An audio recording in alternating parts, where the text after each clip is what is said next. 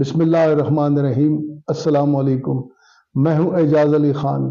ناظرین، ارادہ یہی تھا کہ رمضان کے فوراً بعد آپ سے رابطہ ہو اور اس رابطے کا آغاز عید الفطر کی مبارکباد سے ہو، لیکن اب سمجھ آ نہیں رہی کہ آپ کو یا مجھ کو ایک دوسرے کو عید مبارک کہنا بھی چاہیے یا نہیں کہنا چاہیے۔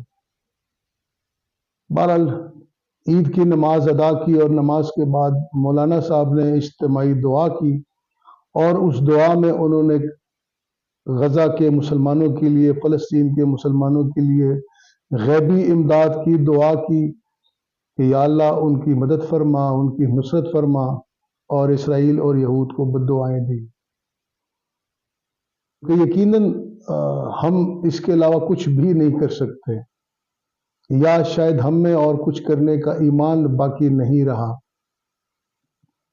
نماز پڑھی، واپس آئے، اور ارادہ یہ تھا کہ کل کے دن آپ سے رابطہ ہو، لیکن جب واپس آئے تو خبر ملی کہ نماز عید کے دوران، یعنی کل فلسطین غزہ میں جب عید الفطر کی نماز ادا کی جا رہی تھی تو ان کے اوپر اسرائیل نے وحشیانہ بمباری کی اور 122 فلسطینیوں کو شہید کیا نماز پڑھتے ہوئے۔ اور ہم یہاں بیٹھ کے اپنی مسجدوں میں اجتماعی دعائیں کرتے ہیں کہ ان کو غیبی مدد ملے۔ کیا ہم اس غیبی مدد کے لیے دعا کرنے کے اہل ہیں، یا ہمیں یہ استحقاق ہے کہ ہم ان کے لیے اس طرح کی دعائیں کریں؟ کیا دنیا میں 2 ارب مسلمان نہیں رہے؟ کیا 2 ارب مسلمان تباہ و برباد ہو گئے؟ یہ ایک سوالیہ نشان ہے جو کہ دماغ میں گھوم رہا ہے۔ کیا دنیا میں 58 ممالک مسلمان نہیں ہیں؟ ان 58 ممالک کے ہوتے ہوئے کیا ہمیں غیبی مدد کے لیے دعائیں کرنی چاہیے اور استغفار کرنا چاہیے اور مسجدوں میں مولوی صاحبان کو رو رو کے دعائیں کرنی چاہیے؟ کیا ہم اس موقع پہ ایک دوسرے کو یہ کہہ سکتے ہیں کہ آپ کو میٹھی عید مبارک ہو، یا آپ کو عید الفطر مبارک ہو، یا آپ کو تراویح مبارک ہو، یا آپ کو روزے مبارک ہو؟ ہر بندہ اپنے گریبان میں جا کے دیکھ لے کہ جس مسجدوں میں ہم نے نماز پڑھی ہے، اگر اس کے اوپر بمباری ہوتی اور وہاں پہ 122 بے گناہوں کو شہید کر دیا جاتا، تو کیا ہم ان کو کہتے، یا ہم ان کے سامنے یہ کہنے کی ہمت رکھتے کہ یہ عید مبارک ہو، میٹھی عید مبارک ہو؟ کس قدر بے حس ہو گئے ہیں، یہ سمجھ سے بالاتر ہے۔ نہ اسباب کی کمی ہے، نہ وسائل کی کمی ہے، نہ علم کی کمی ہے، نہ ٹیکنالوجی کی کمی ہے۔ اگر کمی ہے تو صرف ایمان کی کمی ہے، صرف ایمان کی کمی ہے، کیونکہ اس وقت فلسطین کے مسلمان، غزہ کے مسلمان کس کی طرف دیکھ رہے ہیں؟ ان کو اگر کوئی آس امید ہے تو پتہ ہے کس سے ہے؟ وہ چین سے ہے۔ جی ہاں، ان کو چین سے امید ہے، ان کو روس سے امید ہے، ان کو ان 58 ممالک میں سے کسی سے امید نہیں ہے کہ وہ ان کے حق کے لیے بات کرے یا بات کرنے کی اہلیت رکھتا ہو یا ہمت رکھتا ہو۔ 122 مسلمان، جن میں مرد بھی تھے، عورتیں بھی تھی اور بچے بھی تھے۔ اسماعیل ہانیہ کے 3 جوان سال بیٹے اس میں شہید ہوئے ایک دن میں، بلکہ ایک لمحے میں، اور وہ بھی عید الفطر کی نماز ادا کرتے ہوئے، اور نماز بھی وہ کھنڈرات نما جگہ پہ ادا کر رہے تھے۔ اور ہم مسلمان یہ کہتے ہیں کہ جی فلاں بچہ چلا گیا اور اس نے عید میں ٹافیاں خریدی، اس نے عید میں کھلونے خریدے، اور آج سسرال کا دن ہے، اور آج میکے کا دن ہے، اور آج بکرے کا گوشت بنے گا، اور آج مرغی کا گوشت بنے گا۔ لعنت ہو ہم سب کے اوپر۔ یہ زندگی تمام ہونی ہے۔ پچھلی صدی کے 1920 کا کوئی بھی بندہ اس وقت اس روئے زمین پہ شاید ہی زندہ باقی بچا ہو۔ اور 2124 میں اب جو لوگ اس زمین کے اوپر ہیں یقیناً یہ سب اس زمین کے نیچے ہوں گے، دبے ہوں گے۔ تو پھر کاہے کا ڈر، کاہے کا ڈر اپنے مسلمان کے لیے؟ اس طرح تو کسی چوزے کو بھی آپ نہیں مار سکتے، اور وہ بھی اللہ کی عبادت کرتے ہوئے، اور وہ بھی 58 مسلمان ملک ہوتے ہوئے اور 2 ارب مسلمانوں کے ہوتے ہوئے یہ ظلم، اور اس ظلم کے اوپر ہم سب خاموش، اور ہم کس کس کس عذاب میں ایک دوسرے کو ڈالا ہوا ہے کہ جی فلاں بندہ جیل میں ہے، وہ کب رہا ہوگا؟ وہ عید کے بعد رہا ہوگا، وہ عید کے دن رہا ہوگا، اور جیل کے باہر لوگوں نے مظاہرہ کیا۔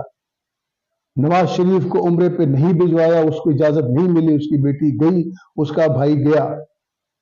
باولپور میں پولیس اور آرمی کا اور فوج کا مقابلہ ہوا۔ یہ ہے ہمارے وہ موضوعات جس پہ ہم نے اپنی آنکھیں بند کی ہوئی ہیں، اور ادھر ہمارے 122 نہتے مسلمان بھائیوں کو شہید کر دیا گیا، اور ہم مجھ سمیت ہم نے صاف ستھرے کپڑے پہن لیے اور ہم مسجد میں چلے گئے نماز پڑھنے کے لیے کہ ہم جا کے اپنی نمازیں بھی بخشوائیں اور اپنے روزے بھی بخشوائیں اور ہم اپنے قیام بھی بخشوائیں۔ یہ ہم لوگوں کا حال ہے، اور یہ ہمارے ایمان کا معیار ہے۔